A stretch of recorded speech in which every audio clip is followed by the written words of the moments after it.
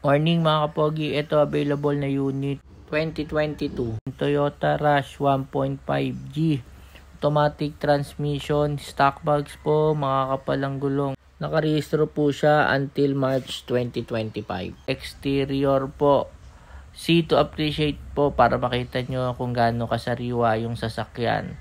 7-seater po siya, pwede pampamilya, pwede pong pangnegosyo. Malamig po ang aircon, kumpleto po ang papel, all power po, keyless entry. Pwede po siya sa cash, trade-in, and financing po. Natanggap din po ng credit card.